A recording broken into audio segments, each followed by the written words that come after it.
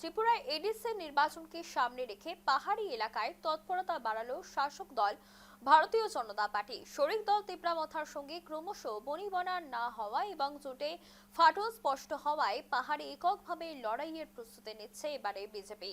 পাহাড়ে মোট 28টি এডিসি আসনের মধ্যে 28টিতেই বিজেপি কার্যত লড়াই করবে এবং 28টিতেই জয়ী হবে, যা বললেন মুখ্যমন্ত্রী ডক্টর মানিক সাহা।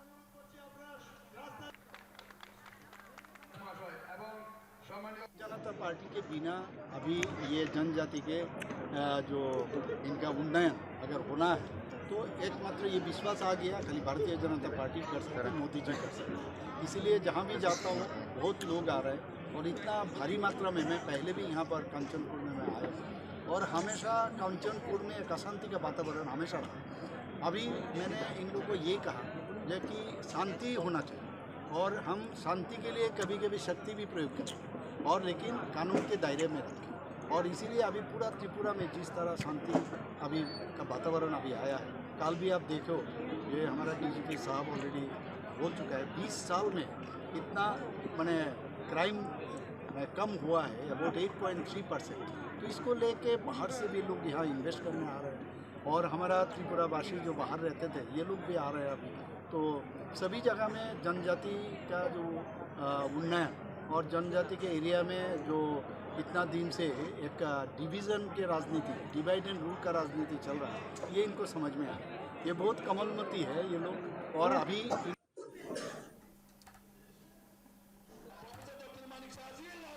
সরাসরি রয়েছে প্রতিনিধি কিশোর রঞ্জন হোর। কিশোর, ত্রিপুরায় এডিসি নির্বাচনকে সামনে রেখে পাহাড়ি এলাকায় তৎপরতা বাড়ালো শাসক দল ভারতীয় জনতা পার্টি। শরিক দল তিপ্রামথার সঙ্গে ক্রমশ বনিবনা না হওয়ায়, জোটে ফাটল স্পষ্ট হওয়ায় পাহাড়ে এককভাবে লড়াইয়ের প্রস্তুতি নিচ্ছে বিজেপি। জানাও বিস্তারিত। একেবারে দেখো, সামনেই এডিসি নির্বাচন অর্থাৎ স্বশাসিত জেলা পরিষদের যে নির্বাচন, সেই নির্বাচনকে সামনে রেখেই পাহাড়ে কিন্তু এক প্রকার তৎপরতা বাড়াচ্ছে শাসক দল অর্থাৎ বিজেপি দল। মূলত আমরা দীর্ঘদিন থেকে দেখে আসছি যে শরিক দল তিপ্রামথার সাথে যখন তাদের বনিবনা হচ্ছে না বা তাদের যে জোটের মধ্যে যে ফাটল দেখা দিচ্ছে, তার তার নিরিখেই কিন্তু শাসক দল বিজেপি সেই পাহাড়ের তার শক্তি বৃদ্ধি করছে। সেই প্রেক্ষাপটে দাঁড়িয়ে উত্তর জেলার জনজাতি অধ্যুষিত দুটি এলাকাতেই সেখানে গুরুত্বপূর্ণ দুটি জনসভা করেন মুখ্যমন্ত্রী এবং সেখানে কাঞ্চনপুর এলাকায় সেখান থেকে প্রায় 759 জন জনজাতি ভোটার বিজেপি দলে সামিল হন।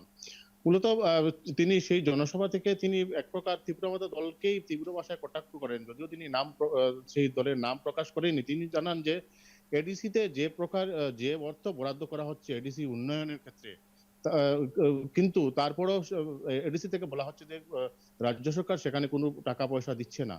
কিন্তু আকরি করতে এডিসিতে বিজেপি সরকার আসার পরেই কিন্তু উন্নয়ন হচ্ছে, আর তার ক্রেডিট নিচ্ছে অন্যরা। তা কোনোভাবেই মেনে নেওয়া হবে না বলেও কিন্তু মুখ্যমন্ত্রী জানিয়েছেন। তিনি আরো জানিয়েছেন যে এডিসি যদি বিজেপি দলের দখলে আসে তাহলে কিন্তু সেই এডিসিতেই কিন্তু প্রকৃত উন্নয়ন হবে, যা আগে কখনোই মানে হয়নি এডিসিতে। মূলত তিনি এদিন কাঞ্চনপুর সহ দামচর এলাকা পরিদর্শন করেন এবং ত্রিপুরা, মিজোরাম এবং ত্রিপুরা অসম সীমান্ত তিনি পরিদর্শন করেন এবং তিনি আরো জানিয়েছেন যে এডিসিতে 28টি আসনের মধ্যে 28টিতেই প্রার্থী দেবে বিজেপি দল এবং 28টিতেই জয়ী হবে বিজেপি দলের যারা প্রার্থী থাকবেন তারাই জয়ী হবেন। অর্থাৎ তিনি এক প্রকার বুঝিয়ে দিয়েছেন যে এডিসিতে কোনো প্রকার জুটে যাবে না বিজেপি।